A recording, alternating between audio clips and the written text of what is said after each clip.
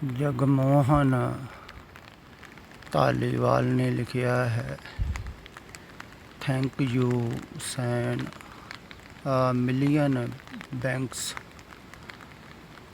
आप जी ने मैनू सोझी बख्शी कि धर्म की है। आप जी मेरे विद्या गुरु हो जी। ਹੁਣ वक्त आ गया है कि मैं अपने गुरु के चरणों विच रह के ਜਾਂ ਜਿਵੇਂ ਉਹ ਆਗਿਆ ਦੇਣ ਇਸ ਆਪ ਜੀ ਦੀ ਬਖਸ਼ੀ ਸੋਝੀ ਨੂੰ ਕਮਾਵਾਂ। ਅਸੀਸ ਬਖਸ਼ੋ ਜੀ। ਜਦ ਵੀ ਫਿਰ ਆਪ ਜੀ ਦੇ ਦਰਸ਼ਨ ਦਾ ਮੌਕਾ ਮਿਲੇਗਾ ਆਪਣੇ ਆਪ ਨੂੰ ਵਡਭਾਗੀ ਸਮਝਾਂਗਾ। ਆਪ ਦੇ ਚਰਨਾਂ ਤੇ ਕੋਟੀ ਕੋਟੀ ਨਮਸਕਾਰ। पहली तो गल ये है कि मैं विद्या गुरु नहीं हाँ।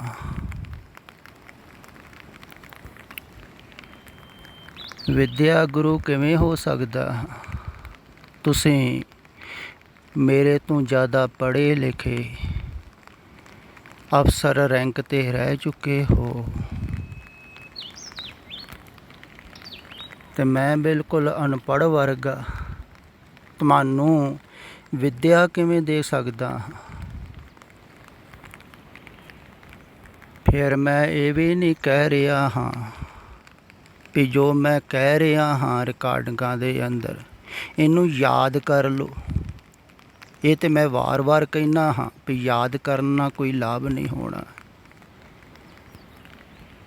ਤੇ ਵਿਦਿਆ ਗੁਰੂ ਤੇ ਯਾਦ ਕਰਾਉਂਦਾ ਹੈ ਨਾ, ਉਹ ਤੇ ਜੋ ਪੜ੍ਹਾਉਂਦਾ ਹੈ ਜਾਂ ਦੱਸਦਾ ਹੈ ਉਹ ਕਹਿੰਦਾ ਹੈ ਇਹਨੂੰ ਯਾਦ ਕਰ ਲਓ, ਰੱਟ ਲਓ, ਤੁਹਾਡੇ ਅੱਗੇ ਕੰਮ ਆਵੇਗਾ। ਮੈਂ ਇਹ ਤਾਂ ਕਹਿ ਹੀ ਨਹੀਂ ਰਿਹਾ ਵੀ ਇਹਨੂੰ ਯਾਦ ਕਰ ਲਓ ਅੱਗੇ ਕੰਮ ਆਵੇਗਾ। ਫਿਰ ਵਿਦਿਆ ਗੁਰੂ ਮਨ 'ਤੇ ਚੋਟ ਨਹੀਂ ਕਰਦਾ ਹੈ, ਕਿਉਂਕਿ ਉਹ ਸਿਰਫ ਪੜ੍ਹਾਉਂਦਾ ਹੈ, ਸਿਖਾਉਂਦਾ ਹੈ, ਸਮਝਾਉਂਦਾ ਹੈ, ਰਟਾਉਂਦਾ ਹੈ। ਮਨ 'ਤੇ ਥੋੜ੍ਹੀ ਚੋਟ ਕਰਦਾ ਹੈ। ਉਹਨੂੰ ਕੀ ਲੋੜ ਹੈ ਮਨ 'ਤੇ ਚੋਟ ਕਰਨ ਦੀ? ਉਹ ਤਾਂ ਬਾਹਰ ਹੀ ਸਿਖਾਵਨ ਦਿੰਦਾ ਹੈ ਨਾ, ਜਿਵੇਂ ਧਾਰਮਿਕ ਲੋਕ ਦਿੰਦੇ ਹਨ ਬਾਹਰ ਹੀ ਸਿਖਾਵਨ, ਚੋਟ ਥੋੜ੍ਹੀ ਕਰਦੇ ਹਨ। ਉਹ ਹੋ ਸਕਦੇ ਹਨ ਵਿਦਿਆ ਗੁਰੂ, ਪਰ ਮਨ 'ਤੇ ਚੋਟ ਸਹਾਰਨੀ ਕਠਿਨ ਹੈ ਨਾ, ਕਿਉਂਕਿ ਮਨ ਮਰਨਾ ਨਹੀਂ ਚਾਹੁੰਦਾ ਹੈ। ਜਿਵੇਂ ਮੈਂ ਕੱਲ੍ਹ ਕਿਹਾ ਸੀ ਵੀ ਤੁਸੀਂ ਧੋਖਾ ਖਾ ਰਹੇ ਹੋ ਆਪਣੇ ਮਨ ਤੋਂ। ਮਨ ਤੁਹਾਡਾ ਧੋਖਾ ਦੇ ਰਿਹਾ ਹੈ, ਉਹ ਬਚਣਾ ਚਾਹੁੰਦਾ ਹੈ, ਹਾਲੇ ਮਿਟਣਾ ਨਹੀਂ ਚਾਹੁੰਦਾ ਹੈ। ਅਤੇ ਮੈਂ ਕਹਿੰਦਾ ਮਿਟਾ ਦਿਓ ਅਤੇ ਸੁਰਖਰੂ ਹੋ ਜਾਓ, ਪਰ ਬਹੁਤ ਕਠਿਨ ਹੈ। ਫਿਰ ਬੁਢਾਪੇ ਦੇ ਵਿੱਚ ਮਨ ਨੂੰ ਸਮਰਪਿਤ ਕਰਨਾ ਹੋਰ ਵੀ ਜ਼ਿਆਦਾ ਕਠਿਨ ਹੈ। ਫਿਰ ਆਪਣੇ ਤੋਂ ਘੱਟ ਉਮਰ ਵਾਲੇ ਦੇ ਸਾਹਮਣੇ, ਜਿਹੜਾ ਪੜ੍ਹਿਆ ਲਿਖਿਆ ਵੀ ਘੱਟ ਹੈ, ਹੋਰ ਵੀ ਕਠਿਨ ਹੈ। ਜਿਹੜੇ ਇਸ ਮਾਰਗ ਦੀ ਮੈਂ ਗੱਲ ਕਰ ਰਿਹਾ ਹਾਂ ਨਾ, ਇੱਥੇ ਜ਼ਿਆਦਾਤਰ ਜਵਾਨ ਹੀ ਚੱਲ ਸਕਦੇ ਹਨ, ਕਿਉਂਕਿ ਜਵਾਨ ਹੀ ਮਿਟਣ ਵਾਸਤੇ ਤਿਆਰ ਹੁੰਦਾ ਹੈ। ਤੁਸੀਂ ਦੇਖੋ ਜਦੋਂ ਗੁਰੂ ਗੋਬਿੰਦ ਸਿੰਘ ਨੇ ਆਵਾਜ਼ਾ ਦਿੱਤਾ ਸੀ, ਕਹਿੰਦੇ ਹਨ ਵੀ 10,000 ਦਾ ਇਕੱਠ ਸੀ, ਉਹਨਾਂ ਵਿੱਚ ਬਜ਼ੁਰਗ ਬਹੁਤ ਹੋਣਗੇ, ਕੋਈ ਇੱਕ ਵੀ ਬਜ਼ੁਰਗ ਨਹੀਂ ਉੱਠਿਆ ਹੈ। ਤੁਸੀਂ ਕਦੇ ਸੋਚਿਆ ਵੀ ਬਜ਼ੁਰਗਾਂ ਨੂੰ ਤਾਂ ਪਹਿਲਾਂ ਉੱਠ ਜਾਣਾ ਚਾਹੀਦਾ ਵੀ ਜੀਵਨ ਜੀ ਚੁੱਕੇ ਹਨ, ਸੰਸਾਰ ਦੇਖ ਲਿਆ, ਪਰ ਇੰਨੀ ਹਿੰਮਤ ਵੀ ਕਿੱਥੇ? ਮਨ ਨੂੰ ਸਮਰਪਿਤ ਕਰਨ ਦੀ ਹਿੰਮਤ ਵੀ ਜਵਾਨੀ 'ਚ ਹੀ ਹੁੰਦੀ ਹੈ। ਬੁਢਾਪੇ 'ਚ ਮਨ ਦੀਆਂ ਆਦਤਾਂ ਪੱਕ ਜਾਂਦੀਆਂ, ਬਹੁਤ ਕਠਿਨ ਹੈ। ਅਤੇ ਜਵਾਨੀ 'ਚ ਵੀ ਮਿਟਣ ਵਾਸਤੇ ਪਹਿਲਾਂ ਤਿਆਰੀ ਹੁੰਦੀ ਹੈ। ਪੰਜ ਪਿਆਰੇ ਕਾਫੀ ਸਮੇਂ ਦੇ ਆਏ ਹੋਣਗੇ, ਹੌਲੀ ਹੌਲੀ ਤਿਆਰ ਹੋਏ ਮਿਟਣ ਵਾਸਤੇ, ਮਨ ਨੂੰ ਛੱਡਣ ਵਾਸਤੇ ਕਹਿ ਲਓ। ਅਤੇ ਮੈਨੂੰ ਵੀ ਪਤਾ ਹੈ ਮਨ ਇੱਕਦਮ ਛੁੱਟਦਾ ਨਹੀਂ ਹੈ। ਫਿਰ ਬੁਢਾਪੇ 'ਚ ਛੱਡਣਾ ਤਾਂ ਹੋਰ ਜ਼ਿਆਦਾ ਔਖਾ ਹੈ, ਸਮਰਪਿਤ ਹੋਣਾ। ਪਰ ਮੈਨੂੰ ਇਹਨਾਂ ਵੱਲ ਦੇਖ ਕੇ ਦਇਆ ਆਈ ਕਿਉਂਕਿ ਜਦੋਂ ਇਹ ਅਕਸਰ ਧਿਆਨ ਕਰਦੇ ਸਨ ਤੇ ਇਹਨਾਂ ਦੇ ਕੋਲ ਵੀ ਕੋਈ ਕਈ ਵਾਰ ਸੇਵਾਦਾਰ ਕੋਈ ਬੈਠਾ ਹੁੰਦਾ, ਉਹਨੂੰ ਵੀ ਪਤਾ ਹੈ ਵੀ ਇੱਕਦਮ ਇਹਨਾਂ ਦੀ ਧਿਆਨ ਦੀ ਊਰਜਾ ਉੱਪਰ ਨੂੰ ਚੜ੍ਹਦੀ ਤੇ ਸਰੀਰ ਦੇ ਵਿੱਚ ਅਕੜਾਅ ਪੈਦਾ ਹੁੰਦਾ। ਇਹ ਬਾਹਾਂ ਨੂੰ ਅਕੜਾਉਂਦੇ, ਉਂਗਲੀਆਂ ਨੂੰ ਚਟਕਾਉਂਦੇ, ਫਿਰ ਧੌਣ ਨੂੰ ਉੱਪਰ ਨੂੰ ਚੱਕ ਕੇ ਉਹਨੂੰ ਵੀ ਚਟਕਾਉਂਦੇ। ਕੜਕ ਕੜਕ ਦੀ ਆਵਾਜ਼ ਦੂਰ ਤੱਕ ਆਉਂਦੀ। ਮੈਨੂੰ ਦੇਖ ਕੇ ਬਹੁਤ ਤਰਸ ਆਇਆ ਵੀ ਇਹਨਾਂ ਦਾ ਇਹ ਮਾਰਗ ਨਹੀਂ ਹੈ। ਇਸ ਢੰਗ ਨਾਲ ਇਹ ਚੱਲਦੇ ਰਹੇ ਤੇ ਪਾਗਲ ਵੀ ਹੋ ਸਕਦੇ ਆ। ਇਹਨਾਂ ਨੇ ਦੱਸਿਆ ਪਹਿਲਾਂ ਵੀ ਮੈਂ ਡਿਪਰੈਸ਼ਨ ਦੇ ਵਿੱਚ ਦੀ ਗੁਜ਼ਰ ਚੁੱਕਿਆ ਤੇ ਮੈਂ ਸੋਚਿਆ ਵੀ ਇਹਨਾਂ ਦੀ ਪਹਿਲਾਂ ਇਹ ਆਦਤ ਹਟਾਈਏ ਧਿਆਨ ਕਰਨ ਦੀ। ਪਰ ਜੋ ਕਰ ਰਿਹਾ ਹੋਵੇ ਆਦਮੀ ਬਹੁਤ ਸਮੇਂ ਤੋਂ, ਜਿਵੇਂ ਕੋਈ ਨਿਤਨੇਮ ਕਰਦੇ ਹਨ ਜਾਂ ਕੋਈ ਹੋਰ ਸਿਮਰਨ ਕਰਦੇ, ਜਪ ਕਰਦੇ, ਤਪ ਕਰਦੇ, ਕਾਫੀ ਸਮੇਂ ਤੋਂ ਕਰ ਰਹੇ ਹਨ, ਉਹ ਛੱਡਣਾ ਬਹੁਤ ਕਠਿਨ ਹੈ ਕਿਉਂਕਿ ਪੱਕਾ ਹੋ ਜਾਂਦਾ ਹੈ। ਅਤੇ ਇਹਨਾਂ ਨੂੰ ਮੈਂ ਕਈ ਵਾਰ ਕਿਹਾ ਵੀ ਤੁਸੀਂ ਧਿਆਨ ਕਰੋ ਹੀ ਨਾ, ਅੱਖਾਂ ਗੇੜ ਕੇ ਬਾਹਰ ਹੀ ਦੇਖਦੇ ਰਹੋ। ਅਤੇ ਮੈਂ ਸੋਚਿਆ ਬਾਹਰੋਂ ਇਹਨਾਂ ਦੇ ਮਨ ਨੂੰ ਮਿਟਾਉਣ ਦੀ ਕੋਸ਼ਿਸ਼ ਕਰਦੇ ਆ ਵੀ ਧਿਆਨ ਦੁਬਾਰਾ ਤੇ ਨਹੀਂ ਟਿਕਾ ਬਣ ਰਿਹਾ ਹੈ। ਅਗਰ ਬਣਦਾ ਹੀ ਹੁੰਦਾ ਧਿਆਨ ਦੁਬਾਰਾ ਤੇ ਫਿਰ ਐਡੀ ਦੂਰੋਂ ਇਹ ਆਉਂਦੇ ਨੇ। ਅਤੇ ਮੈਂ ਸਿੱਧੀ ਮਨ 'ਤੇ ਹੀ ਚੋਟ ਕਰਨ ਲੱਗ ਪਿਆ।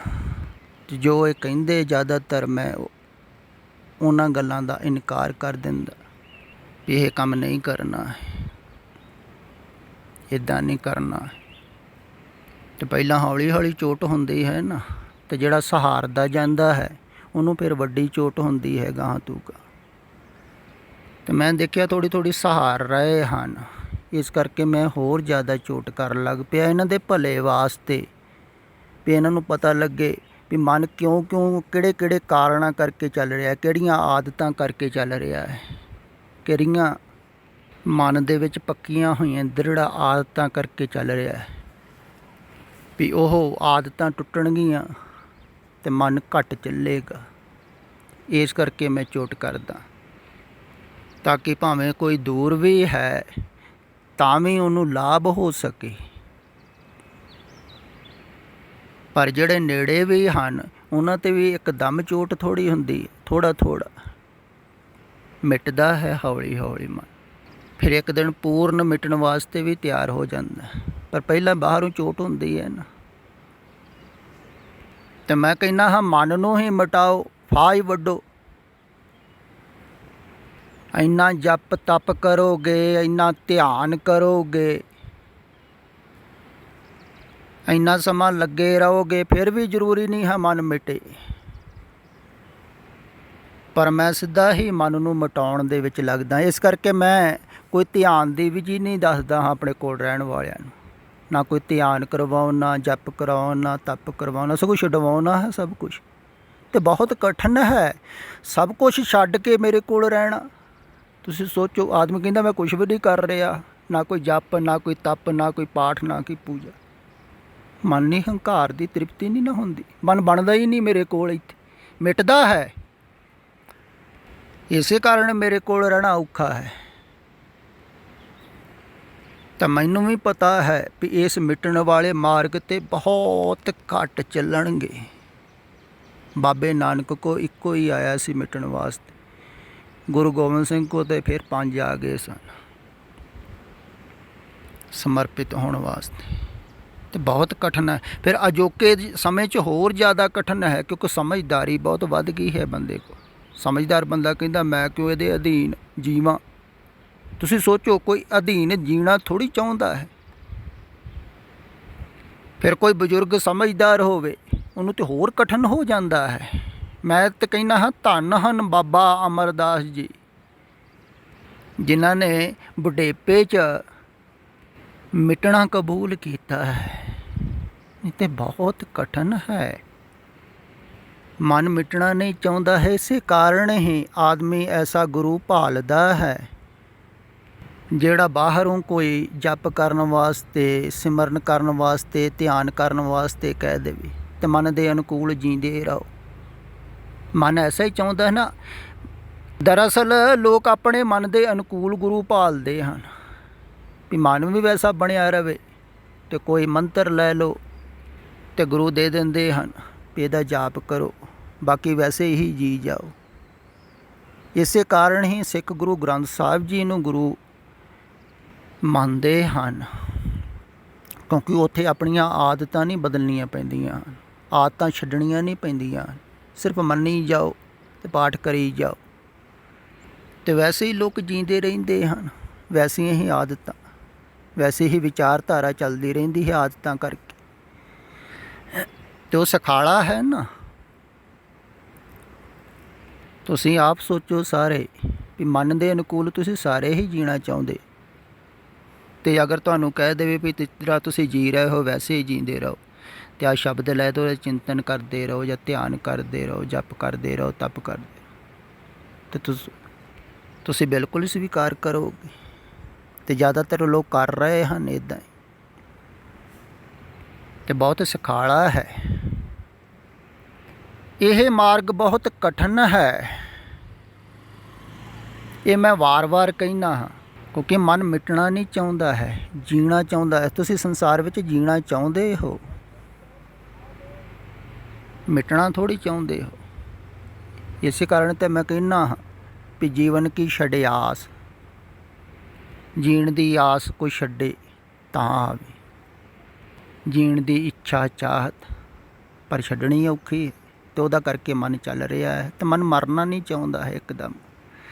ਪਰ ਇਸ ਮਾਰਗ 'ਤੇ ਕਰਨਾ ਕੁਝ ਵੀ ਨਹੀਂ ਪੈਂਦਾ ਹੈ, ਸਿਰਫ ਮਿਟਣ ਵਾਸਤੇ ਤਿਆਰ ਹੋਣਾ ਪੈਂਦਾ ਹੈ, ਸਮਰਪਿਤ ਹੋਣ ਵਾਸਤੇ ਤਿਆਰ ਹੋਣਾ ਪੈਂਦਾ, ਕਰਨਾ ਕੁਝ ਵੀ ਨਹੀਂ, ਪਰ ਸਮਰਪਿਤ ਹੋਣਾ ਔਖਾ ਹੈ।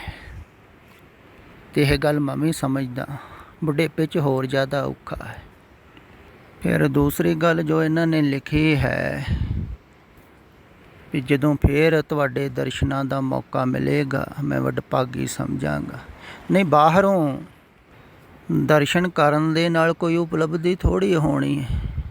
ਬਾਹਰੋਂ ਤਾਂ ਮੈਨੂੰ ਇੱਥੇ ਸਾਰੇ ਦੇਖ ਹੀ ਰਹੇ ਹਨ, ਅਤੇ ਆਪਣੇ ਆਪਣੇ ਢੰਗ ਦੇ ਨਾਲ ਸੋਚਦੇ ਹਨ, ਦੇਖ ਕੇ ਆਈਡੀਆ ਲਿਆਉਂਦੇ ਹਨ, ਕਿਆਪਾ ਲਾਉਂਦੇ ਹਨ, ਇਹ ਕੌਣ ਹੈ ਬੰਦਾ। ਅਤੇ ਤੁਸੀਂ ਵੀ ਬਾਹਰੋਂ ਆਪਣੇ ਮਨ ਦੁਆਰਾ ਦੇਖੋਗੇ ਨਾ, ਮਨ ਰੂਪੀ ਚਸ਼ਮੇ ਨਾਲ ਦੇਖੋਗੇ ਬਾਹਰੋਂ, ਅਤੇ ਬਾਹਰੋਂ ਤਾਂ ਮੈਂ ਆਮ ਸਾਧਾਰਨ ਬੰਦਾ ਹੀ ਹਾਂ, ਬਲਕਿ ਬਿਲਕੁਲ ਸਾਧਾਰਨ ਹਾਂ। ਮੇਰੇ 'ਚ ਕੋਈ ਖੂਬੀ ਵੀ ਨਹੀਂ ਹੈ, ਖਾਸੀਅਤ ਵੀ ਕੋਈ ਨਹੀਂ ਹੈ ਜਿਵੇਂ ਸਾਧੂ ਮਹਾਤਮਾ 'ਚ ਹੁੰਦੀ ਹੈ ਵੀ ਅੱਖਾਂ ਮੀਟ ਕੇ ਸਮਾਧੀਆਂ ਲਾ ਕੇ ਬਹਿੰਦੇ ਆ, ਐਸਾ ਵੀ ਨਹੀਂ ਹੈ ਕੁਝ ਵੀ। ਨਾ ਮੈਂ ਕੋਈ ਮੂੰਹ ਨਾ ਕੋਈ ਜਪ ਤਪ ਕਰ ਰਿਹਾ, ਅਤੇ ਕੋਈ ਖਾਸੀਅਤ ਵੀ ਨਹੀਂ ਹੈ, ਬਾਹਰੋਂ ਤਾਂ ਬਿਲਕੁਲ ਸਾਧਾਰਨ।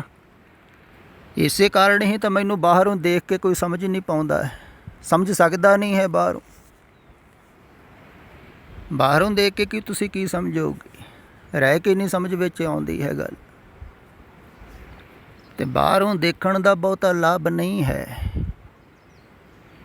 ਅੰਦਰੋਂ ਦੇਖ ਕੇ ਹੀ ਤੁਹਾਨੂੰ ਪਤਾ ਲੱਗੇਗਾ ਵੀ ਇਹ ਕੌਣ ਹੈ। ਅਤੇ ਅੰਦਰੋਂ ਉਦੋਂ ਦੇਖੋਗੇ ਜਦੋਂ ਮਨ ਰੂਪੀ ਪਰਦਾ ਹਟੇਗਾ, ਇਹ ਮਨ ਰੂਪੀ ਚਸ਼ਮਾ ਜਿਹੜਾ ਹਟਾਓਗੇ ਤਾਂ ਤੁਸੀਂ ਅੰਦਰੋਂ ਦੇਖੋਗੇ ਵਾਸਤਵਿਕ ਸਾਫ਼-ਸਾਫ਼। ਉਦੋਂ ਫਿਰ ਤੁਸੀਂ ਮੈਨੂੰ ਨਹੀਂ ਦੇਖੋਗੇ, ਆਪਣੇ ਆਪ ਨੂੰ ਵੀ ਦੇਖ ਲਓਗੇ ਕਿ ਇੱਕੋ ਦੇ ਸਰੂਪ ਹਨ ਅੰਦਰ। ਬਾਹਰੋਂ ਭਿੰਨ ਭਿੰਨ ਹਨ,